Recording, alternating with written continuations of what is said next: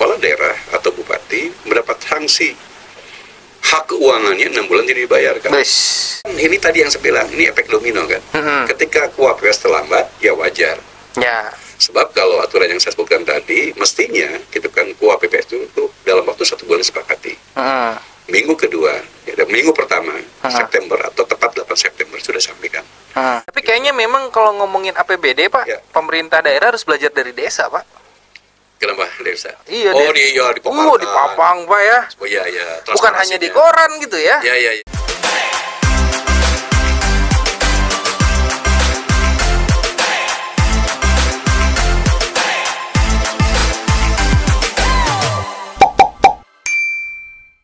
Halo, assalamualaikum, saudara selembur. Nu aya di mana-mana? Nu aya di Bogor, di Subang, di Cikampek, di Garut, di Bandung. Dan di mana we pokoknya namanya mau disebutkan hiji-hiji mah lupa etanya. Kembali lagi dengan podcast kebanggaan dan yang selalu ditunggu-tunggu dan selalu di hati, Bravo Channel Indonesia. Masih dengan Pak Rustandi, owner sekaligus partner podcast saya. Yang akan kita bahas saat ini adalah sesuatu yang akan membuat masyarakat Bogor penuh dengan pengetahuan dan fenomenal. Tapi sebelumnya kita sapa dulu narasumber kita. Kumaha Pak? Damang? Alhamdulillahirobbilalamin. Subhanallah. Pak Rus. Yep. Ini teman-teman udah banyak yang menunggu konten-konten menarik kita nih. Setelah sekian lama kita bikin podcast, kayaknya podcast yang kali ini juga akan menjadi sesuatu yang luar biasa gitu Pak. Yang kita bahas kali ini yang sangat fenomenal Pak di Kabupaten. Kemarin-kemarin banyak yang fenomenal, ini lebih fenomenal Pak. Keren, dan sekarang ini memang lagi hits dibahas di kalangan Kabupaten Bogor. Itu terkait APBD Pak. Penyusunan dan pengesahan APBD tanggal kemarin ya, tanggal 30 ya. Dan ini yang bikin fenomenalnya itu Pak adalah kinerja ekspres pemerintah Kabupaten Bogor. Kereta api cepat bos. Wah, keren, cepet banget pokoknya ini namanya. Diajukan itu kalau nggak salah tanggal 14 Pak ya. 14 November, tiba-tiba disahkan dalam waktu 2 minggu, tanggal 30 kemarin. Ini kan prestasi yang sangat luar biasa di Kabupaten Bogor gitu Pak. Tapi di balik itu ya Pak ya, sebenarnya secara aturan itu seperti apa Pak? Ya kalau lihat kepada aturan kan kita harus membedah dulu, ada 2 rancang bangun ketentuan.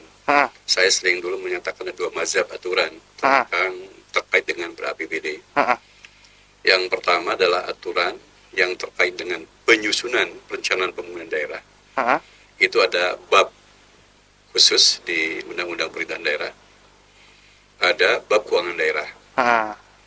Bab perencanaan pembangunan daerah sesuai dengan perintahnya diturunkan ke Permendagri 86/2017. Ada rencana pembangunan jangka panjang, rencana pembangunan jangka menengah, RKPD itu kan, lalu Renja dan Rensa itu kan. Nah, itu sebetulnya sudah ada tahapan-tahapan waktunya yang harus disepakati oleh para pihak terkait, gitu kan. Jadi kalau rencana pembangunan sudah berapa tahun ya? 17 sampai sekarang sudah 6 tahun. 6 tahun ya? Ya mestinya sudah belajar lah 6 tahun. Iya benar Pak. Karena perencanaan pembangunan yang outputnya RKPD sangat berpengaruh kepada perencanaan anggaran. Ya betul. Jadi mazhab selanjutnya yang bahasa saya adalah perencanaan anggaran. Di mana diturunkan ke PP itu kan. PP 12. 2019 Permendagri 77 tahun 2020. Nah, kalau tadi perencanaan langsung diturunkan ke Permendagri, kalau keuangan daerah diturunkan ke PP dan Permendagri.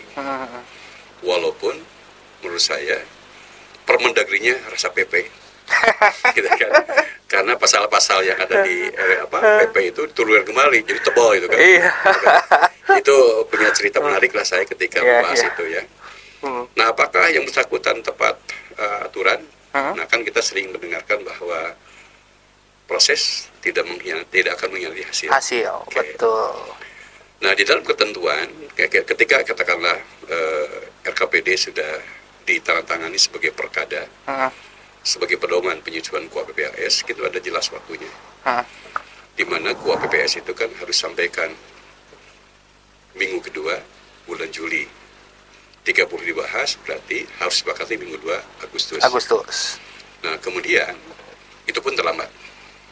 Tidak mengikuti waktu itu. Kabupaten Bogor nih. Jadi tidak lihat kepada APBD ya. KUA PPS sudah tidak sesuai dengan waktu yang ditentukan. Lalu masuklah kapan kita harus menyampaikan RAPBD. Di dalam undang-undang pemerintahan daerah, di dalam PP keuangan daerah, di dalam Permendagri 77/2020 bahwa APB disampaikan kita sebelum APBD 60 hari sebelum APBD tahun berkenaan berakhir 1 bulan. Jadi 60 hari itu menurut kerja. Nah, setelah saya hitung, kalau memenuhi aturan sesuai dengan aturan yang tadi, harusnya tahun ini RAPBD disampaikan per 8 September. Tahun 2023. Sehingga ada masa waktu DPRD dengan eksekutif atau TAPD dan Banggar membahas RAPBD selama 60 hari kerja. Betul. Jadi kalau lihat konteks itu, saya tidak melihat salah tidak salah, tapi aturan yang diperintahkan gitu kan untuk dilaksanakan itu tadi tidak terjadi. Ya, betul. Jadi apa sebutnya? Kabupaten Bogor saya bingung jadi memandangnya ini adalah prestasi atau kelalaian gitu Pak ya. Jadi rada-rada tersemu kan kalau kata saya. Tapi pada intinya kan tanggal 14 Pak. 14 30 berarti hanya waktu 15 hari. 15 hari ya. 2 minggu. Betul. Ya kan. Itu berarti bukan ASN penyusun anggaran di Kabupaten Bogor. Itu sangat jenius sekali. Bisa merancang itu dengan singkat waktunya. Tambah lagi anggota dewan yang di Banggar khususnya, yang di Banggar ini berarti jenius Pak. Karena dia bisa mempelajari RAPBD itu dalam waktu 2 minggu dan disahkan tanggal 30. Nah, padahal tadi apa ya, pemerintah pusat sudah ngasih keleluasaan. 60 hari supaya bisa dibahas lebih fokus.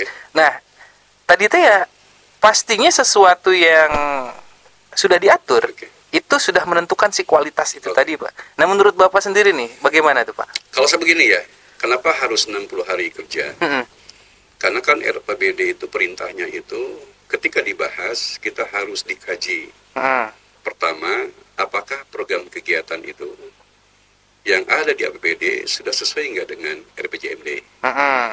Kemudian apakah sudah sesuai dengan RKPD? Lalu turun ke KUA PPS. Makanya itu kan cukup waktu. Kalau mau 60 hari itu ya. Kan menyanyikan itu. Ya kalau misalkan sesuai, berarti kan bisa cepat. Gitu kan. Tapi kalau tidak sesuai atau memang ada kegiatan-kegiatan yang tidak sesuai dengan ketiga dokumen perencanaan yang tadi, maka itu dimungkinkan sepanjang kegiatan itu masuk kategori darurat dan mendesak. Apa itu? Misalkan di bulan September kejadian bencana alam. Sekolah hancur. Kan kok dibangun deui? Betul. Itu boleh dianggarkan. Contohnya. Jalan jembatan putus.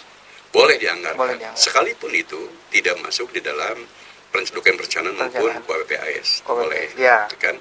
Jadi itu yang dimungkinkan. Nah, kemudian jangan sampai gitu kan kegiatan itu tidak ada wadah awalnya. Itu akan menjadi pertanyaan nanti ke depan. Gitu kan.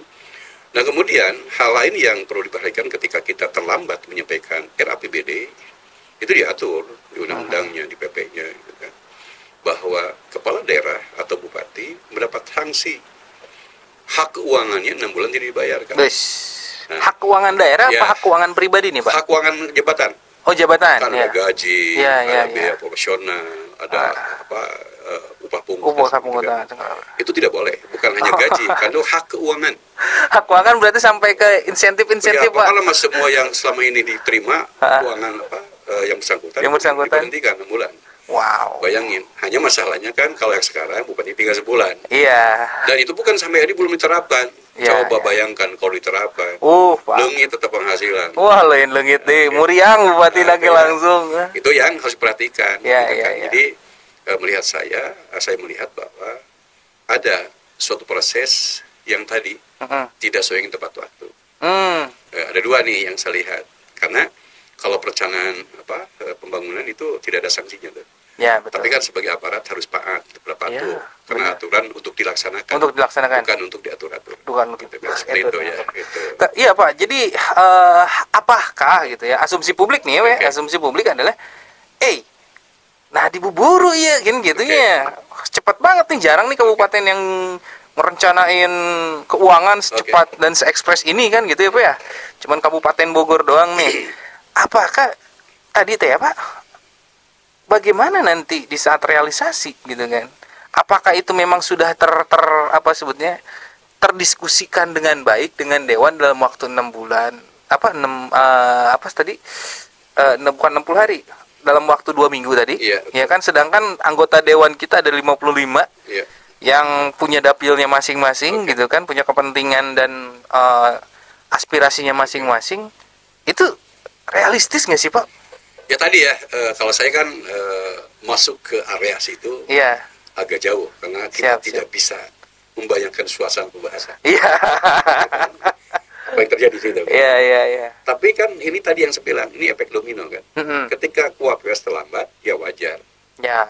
Sebab kalau aturan yang saya sebutkan tadi, mestinya gitu kan KUHP itu dalam waktu 1 bulan disepakati. Minggu kedua, minggu pertama September atau tepat 8 September sudah sampaikan. Nah, kalau misalkan PPS sudah demikian tepat, gitu kan, tetap aja karena aturannya kan mengharuskan 60 hari kerja. Iya, betul. Mau efektif, mau luar biasa, mau hebat apapun, karena aturannya harus disampaikan, tidak kecuali itu. Dalam pasalnya itu harus disampaikan. Nah, kemudian tadi kan TAPD itu sebagai alat bantu, membantu kepala daerah. Di dalam ketentuan itu bupati menyusun RAPBD dibantu oleh TAPD. Dia sebenarnya membantu TAPD itu, tidak punya kewenangan untuk memutuskan. Kan kalau di dewan ada dinamika, gitu kan sebagainya. Sebab di dewan itu undang-undangnya hanya bunyinya adalah membahas dan menyetujui. Tidak ada ini usulan mengusulkan. Iya, betul. Hak DPRD pada saat nyusun RKPD adalah terkait dengan pokok-pokok pikiran. Pokok-pokok pikiran. Nah, pokok pikiran kan berbeda dengan kegiatan. Iya, betul, Pak. Hanya memang di dalam SIBD itu kan ada dibuka celah itu. Itu yang menyebabkan pokok pikiran diartikan sebagai usulan program kegiatan. Ya, aspirasi. Nah, jadi ini adalah perdebatan. Jadi gini, maksud saya adalah pemerintah itu harus tegas. Gitu. Jangan membuka ruang kalau memang DPR dibatasi undang-undang tadi. Tidak ada lagi dong. Karena ingin memisahkan fungsi. Eksekutif legislatif gitu. Karena ada celah tadi dalam kutip muncul pasal yang terkait gitu kan? Pokok pikiran. Kemudian dibuka SPD terkait itu. Maka ciptakanlah seolah-olah DPRD punya hak untuk memasukkan anggaran. Tapi kalau kepada undang-undang, kan tadi bahasanya. Di penjelasan jelas bahwa itu membahas, menyetujui. Jadi kalau seperti itu, ruang DPRD hanya di pokok-pokok pikiran dewan. Itu kalau DPRD sendiri, Pak, punya wewenang nggak untuk misalkan rancangan APBD diajukan gitu ya, Pak? Tiba-tiba DPRD dengan kewenangan legislasinya menolak gitu. Di era sekarang nggak ada. Ya? Jadi gini, kalau menolak kan artinya pertanggal 30 November tidak ada persetujuan bersama. Nah, kemudian kalau tidak ada persetujuan bersama, katakanlah Bupati menyampaikan per 8 September, ada waktu 60 hari kerja untuk membahas, tapi tanggal 30 tidak ada sidang persetujuan bersama, maka tanggal 1 Desember Bupati bisa mengeluarkan perkara tentang APBD. Jadi sekarang ketika dewan tadi tidak setuju, nggak ada cerita akan berdampak kepada terturunnya APBD karena undang-undangnya sudah merintahkan per tanggal 1 gitu kan diterbitkan peraturan kepala daerah terkait APBD tahun 2024. Oh gitu. Terus kalau misalkan itu tidak berdampak sama sekali ke APBD, kenapa harus dibahas di dewan sebenarnya, Pak? Ya kan mekanisme. Oh. Kan APBD itu kan putusan politik. Putusan politis, ya benar. Kan DPD benar. kan pengejauhan rakyat. Iya benar. Ya kan, karena emang sistem pemerintahan daerah seperti itu, kita harus menghormati. Ya betul. Cuman kan pemerintah memandang jangan sampai ketidaksepakatan di DPD menyebabkan terhenti. Yang rugi siapa? Rakyat. Padahal dua-duanya sama untuk rakyat. Hanya fungsinya eksekutif dan legislatif. Betul. Jadi merencanakan, melaksanakan, mempertanggungjawabkan dan mengawasi. Betul. Kan begitu? Iya, benar-benar. Ya, itu ruang yang harus kita maknai bahwa masing-masing memang untuk rakyat. Untuk rakyat. Hanya ketika nanti misalkan apa perencanaan ini untuk rakyat kami enggak, ya kalau enggak diusulkan kan. Iya, betul. Satu lagi sebetulnya yang strategis itu pada saat penyusunan RPJMD kan ada peluang DPRD juga. Iya, betul, yang 60 hari juga kan masuk dia di situ ya. Jadi 60 hari kan pembahasannya. Tapi saat penyusunan RPJMD kan ada 4 pola proses. Salah satunya penjaringan aspirasi. Gitu kan. Nah, DPRD masuk di situ karena ada perda. Perda RPJMD itu merupakan di RPJMD sampai program diturunkan ke Rensa, itu ada program kegiatan. Jadi Rensa itu sebetulnya harus sebangun selaras dengan RPJMD.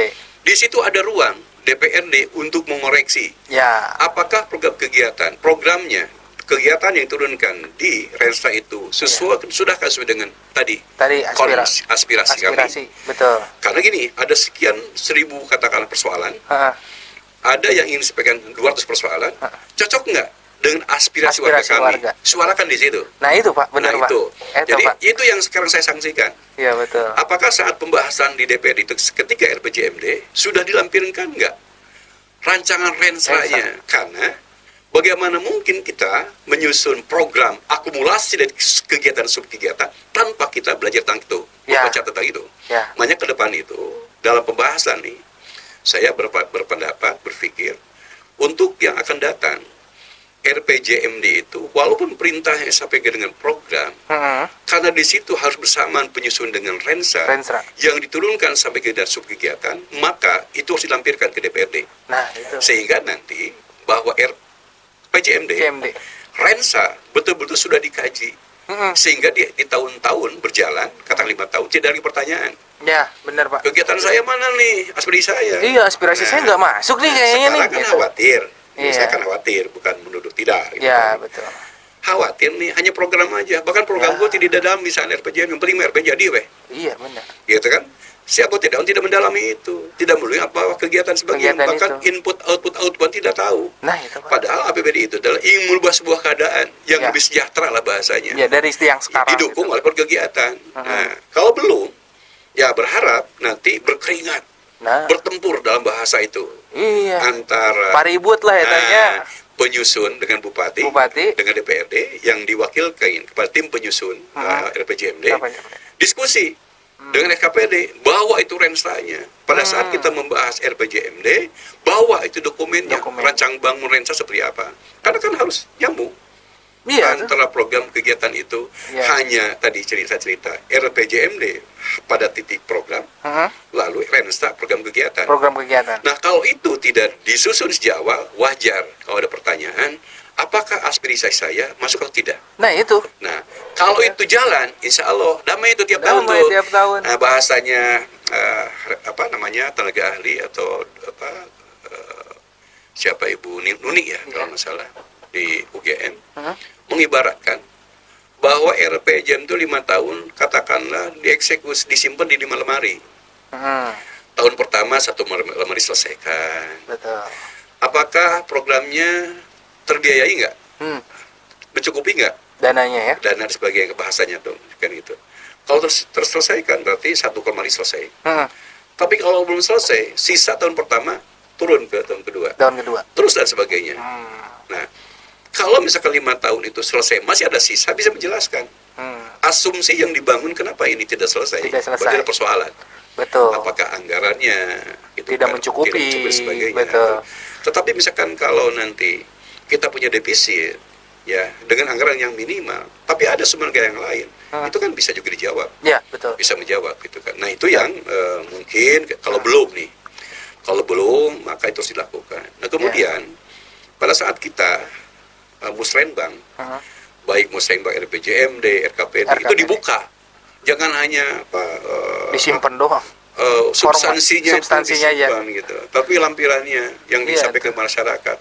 Nggak apa-apa misalkan musrenbang 1 hari, 3 hari, tapi substansi ditempatkan kepada rakyat. Karena kan di dalam undang-undangnya segala suatu kebijakan yang akan membebani masyarakat sejak awal harus secara aktif masyarakat dilibatkan. Betul. Tapi kayaknya memang kalau ngomongin APBD, Pak, pemerintah daerah harus belajar dari desa, Pak. Kenapa desa? Iya, di dipapang, Pak ya. Oh iya.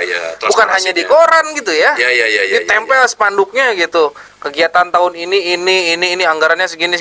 Jadi masyarakat tahu gitu kan. Kegiatan kita itu apa, tapi kalau daerah sendiri kan hanya di website ya, Pak ya. Di website hanya lembar 1-2 kalau nggak salah. Betul. Dan di koran gitu lembar 1-2. Tidak sampai ke rincian objek lah. Iya. Detail. Takutnya mungkin ada oknum-oknum kontraktor kali Pak ngelihat nanti ikut lelang. Padahal itu Pak kewajiban. Iya, padahal itu kewajiban gitu ya. Sejak awal kan agar masyarakat kita tahu, misalkan kalau pihak ketiga, pihak penyedia jasa kan, ada kerjaan ini aku siap-siap nih. Iyalah. Jadi nilai tawar kita juga jadi tinggi kan daerah. Anda kan yang niat gitu ibaratnya. Gitu Pak. Tapi itu bisa mempercepat juga proses ber-APBD. Oh iya Pak. Mempercepat itu. Kembali lagi Pak ke substansi tadi Pak. Tadi kita udah bahas tuh mekanisme dan segala rupa, ya kan. Nah kembali ke bagaimana DPRD itu tadi Bapak bilang berargumentasi nih, ya kan. Ini sesuai program ini sesuai nggak aspirasi saya, program ini sesuai nggak aspirasi saya. Nah dengan tempo 2 minggu kemarin Pak, ya kan. Tempo 2 minggu yang harusnya 60 hari itu kan berarti dari apa tadi? Berapa ya? Hanya berapa persen tuh? 15 hari berarti cuma 25%. 25% yang kepakai kan Pak ya. Dan itu 15 hari itu pembahasan dari RAPBD ya kan. Tiba-tiba jadi APBD tahun 2024. Itu Dewan kita kerjanya cepat juga gitu maksud saya. Ya mungkin gini. Program kegiatan sudah ada. Oh iya. Gitu kan? Betul. Kemudian TAPD meyakinkan bahwa ini sudah sesuai dengan ketentuan. Betul. Dengan potensi pendapatan sebagainya, gitu kan. Apakah ada dinamika kebutuhan DPRD? Saya tidak tahu. Ya. Tapi yang paling penting adalah tadi bahwa masing-masing lembaga punya tugas. Ya. Gitu kan, jangan sampai tadi overlapping lah. Iya benar gitu itu. Kan. Aduh, overlapping. Jadi gitu sepertinya, gitu kan. Seperti tadi celahnya adalah atau memang suara DPRD tetap diakomodasi di dalam aturan. Cuman waktunya kapan? Nah itu. Karena kan saya sering mengatakan bahwa semua berjuang untuk rakyat. Ya Bupati untuk rakyat, dipilih suara rakyat, DPRD lebih rakyat. Nah, masing-masing kan harus bertanggungjawaban kepada rakyatnya. Hanya posisi berbeda, gitu kan? Iya. Posisi mereka berbeda, undang-undangnya berbeda. Kan tinggal menyampaikan kepada rakyat kalau Bupati begini loh pertanggungjawaban saya, gitu kan. Ada yang sama DPRD begini loh pertanggungjawaban saya, betul. gitu kan? Jadi kalau semua paham tentang undang-undang dan dijalankan, saya yakin juga tidak ada yang saling menyalahkan. Betul, luar biasa. Jadi DPRD fungsinya beda, ya kan? Garda Bupati gitu kan ya? Fungsinya beda, yang sama cuma satu. Partainya. Mungkin itu juga penyebab jadi cepatnya APBD ini disahkan. Ini kalau cepatnya itu kan ini dalam satu pandangan saya kan memang harus cepat. Iya betul. Harus cepat per tanggal 30 November selesai. Harus selesai. Mau tidak mau harus selesai. Korbannya orang juga. Walaupun memang ketika RAPBD disampaikan 14 November. Apakah kalau tidak disepakati per tanggal 30. Dewan kena sanksi enggak? Ya. Enggak. Karena kesalahannya kan bukan di DPRD. Cuman tadi tetap per tanggal 1 APBD tetap dijalankan. Harus mengeluarkan perkada tentang APBD. Jadi sehingga dengan asumsi yang tadi mau tidak mau dengan segala cara apapun gitu kan, ya harus jadi, barang harus jadi. Kalau nggak jadi, kurma terlambat penyampaian APBD-nya terlambat persetujuan bersama berarti nanti meninggalkan nota kurang baik untuk generasi berikutnya. Betul. Karena kan ini kan catatan sejarah nantinya. Iya benar Pak. Ya, gitu. Tapi yang harus memang kita ingat juga Pak, jangan sampai rancangan APBD-nya cepat gitu ya, pengesahan dan kesepakatan bersamanya cepat, realisasinya yang lambat, itu yang bahaya. Nah ini yang saya khawatirkan. Kan kalau harusnya ketika APBD disahkan, tidak lagi tuh diskusi-diskusi rekening dan sebagainya. Betul. Ini APBD loh. Benar. Perundang-undangan di daerah yang tertinggi. Iya, benar. Sehingga pada saat katakanlah sudah diundangkan, maka berproses APBD. Hanya sayangnya aturannya bahwa harus ada verifikasi DPA. Coba bayangkan APBD yang sudah jadi masih diverifikasi DPA. Jangan-jangan nanti DPA-nya dasar rekening. Iya, dasar rekening. Gugur tak? Dasar rekening. Sebuah harga perda APBD kalah oleh Kepala BPKAD dan Sekda. Karena kan menyetujui dan mengesahkan dua lembaga itu. Iya, betul. Dua jabatan itu. Dulu pernah terpikirkan oleh tim penyusun lah. Iya. Mestinya pengesahan DPA itu berlaku bersamaan dengan pengesahan APBD. Ya, benar. Tinggal jalan. Betul. Karena tadi kan logika apa yang dipakai? Iya. Perda, lalu diturunkan ke DPX pelaksanaan, harus verifikasi. Nah, jangan-jangan nanti dong penghambat. Iya, benar. Dulu zaman Pak Sripudin dia pernah bicara dengan saya. Harus coba kita pikirkan bagaimana sebetulnya yang paling tepat. Ya, betul. Pemberlakuan pelaksanaan APBD itu. Jadi sudah sajalah kalau sudah APBD itu tinggal jalan. Iya, udah gitu kan? mateng gitu Pak ya. Sehingga DPA-nya itu lebih kepada betul-betul laka operasional. Yang mengacak itu tidak lagi misalkan verifikasi. Ya kan? Karena tadi DPA kan sudah kebijakan politik tertinggi. Kabupaten Bogor, dari kabupaten kota itu kan. Iya. Tapi harus DPA, tapi aturan begitu. Nah, memang ya biasalah, saya kan sempat sampai 2019 kan sebelum itu jadi Pak Sarudin kan berganti dirjennya. Lalu dulu kan pernah menyampaikan ke saya, Pak Saribudin, terus kita susun yuk Permendagrinya terkait dengan pelaksanaan sanksi ABCI tadi. Nah, ya. Kan sampai hari itu peraturan Mendagri belum ada. Iya, betul. Bagaimana sih teknis memberikan hukuman itu bagi kepala daerah yang telat. Bagaimana hukuman kepada DPD yang telah bersama apabila masing-masing punya kesalahan. Iya. Nah, sampai hari ini kan nyaman tuh. Iya, biar telat pun yang penting jalan. Ya itu kan, sanksi tidak keluar tuh. Enggak keluar. Jadi bahasa saya, aturan dibunyikan, tapi tidak dilaksanakan. Nah, itu dia. Kalau tidak dilaksanakan, maka nyaman-nyaman saja. Iya. Nah ke depan saya berharap lah, sanksi ada atau tidak ada, bahwa pembantu bupati betul-betul memahami itu. Betul. APBD rek benyol, rek kumaha, ngerti lah bagaimana pun sampaikan sesuai dengan waktu. Karena tadi dampaknya luar biasa. Iya. Jangan-jangan gini lah, kalau bupati kan 5 tahun. Iya. Penari para pejabat mah minimal 10-an tahun. 10-an tahun atau lebih gitu berpengalaman di bupati sebenarnya namanya Pak ya. Makanya saya berpendapat hilangkanlah di level pejabat SKP itu kaitan tekanan politik. Wah, gitu kan? Makin dalam nih. Iya. Orang mah udah aja melaksanakan aturan. Ya betul. Jadi ulasian dipindahkan oge. Iya. Dimutasikan oge. Karena kita menjaga aturan. Nah, gitu ya. Jadi kadang-kadang kita tadi asieun misi mah. Iya. Asieun dipindahkan. Iya. Gak nurut. Padahal nanti sanksinya justru berakibat kepada bupati. Misalkan gini lah.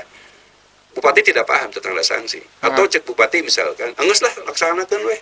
Dan sanksi naga itu mah hanya sekedar di administratif dalam undang-undang. Laksanakan dah. Tapi ternyata suatu saat BPK memeriksa. Bisa ya mah, BPK memeriksa ya. Iya benar. Diterapkan itu.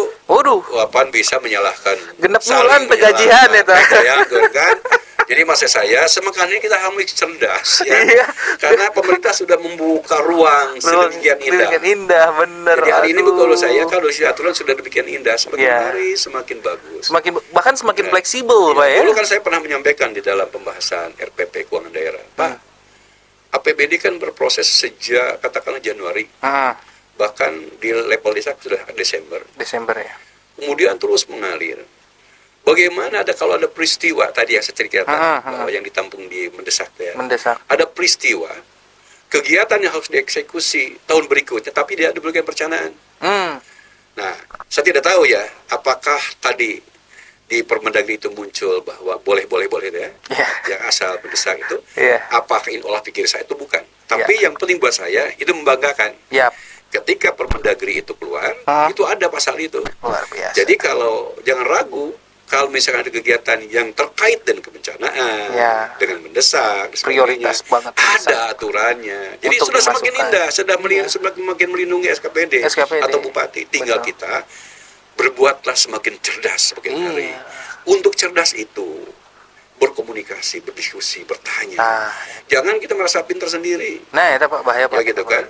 Karena gini, kalau saya kan ketika saya menyampaikan pendapat atau saya WA menyampaikan sesuatu, saya selalu konsultasi kepada penyusun. Ya, betul. Ya, Kemendagri teman-teman saya lah, karena saya banyak rekan-rekan di situ. Lalu saya ke teman-teman dulu yang perguruan tinggi, karena yang dulu kan mengawal penyusunan aturan keuangan itu ada UGM, ada Unpad, ada Unhas, ada Undip. Dan saya lebih dekat ke UGM. Makanya saya selalu berkomunikasi itu. Ya kalau mohon maaf nih kalau saya selalu meminta respon terhadap apa yang saya sampaikan. Dia selalu menyampaikan jempol 2. Bahkan luar biasa itu karena bahasanya itu kan. Betul. Baik Pak Profesor Halim nih nanti kalau mendengar Pak Ucok gitu kan atau teman-teman Kemendagri, saya selalu WA ke yang bersangkutan.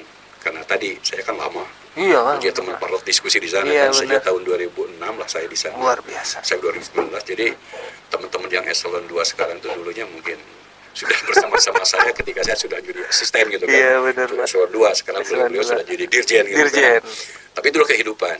Tapi minimal mereka tahu saya karena memang saya selalu hadir ketika saya diundang oleh Kemendagri. Maka penghargaan mereka kepada saya adalah tadi dirjen hadir, direktur hadir, selalu disebutkan ya. Saya kesini karena Pak Rustandi kalau saya undang selalu hadir dan mereka selalu sarannya produktif lah gitu bahasanya. Nah, maksud saya ini bukan apa, itu menyampaikan ke teman-teman bahwa itu adalah langkah penting untuk berkomunikasi, ya. Jadi kalau kita ada persoalan, jangan diputuskan berdiri yang salah. Ya. Sebab yang akan tahu itu pertama teorinya kepada guru-guru kita di perguruan tinggi, kemudian aplikasinya itu aturan adalah Kemendagri. Betul. Kita harus bertanya kepada siapa yang menyusun aturan itu agar lebih pas memberikan jalan keluar. Perspektifnya lebih nangkep gitu Pak ya. Nah, ketika saya misalkan waktu itu saya melihat di DKI Jakarta maupun di kita di RPD-nya masih defisit tapi ditutup kusil Pak. Ya. Yang pelaporan pendapatan. Pendapatan. Itu kan sudah keluar dari definisi. Ya betul. Bahwa silva itu kan selisih pendapatan belanja. Bersumber dari penghematan atau sisa dari kontraktual dan pelaporan pendapatan tahun berkenaan. Bayangin oleh kita 3 tahun yang akan datang, 2 yang akan datang sudah direncanakan menjadi silva. Kan luar biasa nih gitu kan. Keren itu. Udah terprediksi ya. Iya, gitu, luar biasa. Padahal menurut hemat saya tidak ada larangan. Sesuai dengan kemampuan potensi keuangan daerah ya, keuangan daerah kita. Berapa kita simpan? Defisit. Di RPD. Atau RPJMD. Sehingga defisit ke depan itu kalau kita masih defisit, cari dong sumber-sumber lain. Apakah CSR dan sebagainya untuk menutupi itu. Sehingga kita sudah bisa merencanakan wajah Kabupaten Bogor untuk 5 tahun ke depan ini akan berubah seperti apa dengan anggaran begini. Katakanlah 10 triliun. Dengan asumsi kami defisit 3 triliun. Untuk menciptakan itu, maka harus mencari triliun. Kalau misalnya sumber-sumber transport sebagainya, bagaimana caranya? Lewat gitu. Tapi kalau waktu penetapan APBD itu misalkan tidak tercapai, turunkan kecepatan kita. Kecepatannya. Berarti misalkan jangan digas terus gitu benar-benar. Jadi ada ruang. Jadi begini, kalau ada pendapatan yang sesuai dengan rencana belanja kita, tinggal kita menyesuaikan ya. Ya, benar. Nah, jadi justru sekarang begini saya. Dari mana asumsi program kegiatannya ketika katakan di RPD-nya itu 6,8 menjadi 7,4, sekarang itu 10,1. 2, sekian itu kan tidak kecil. Berarti ada program kegiatan yang harusnya memberikan daya dukung pencapaian target kinerja pemerintah daerah.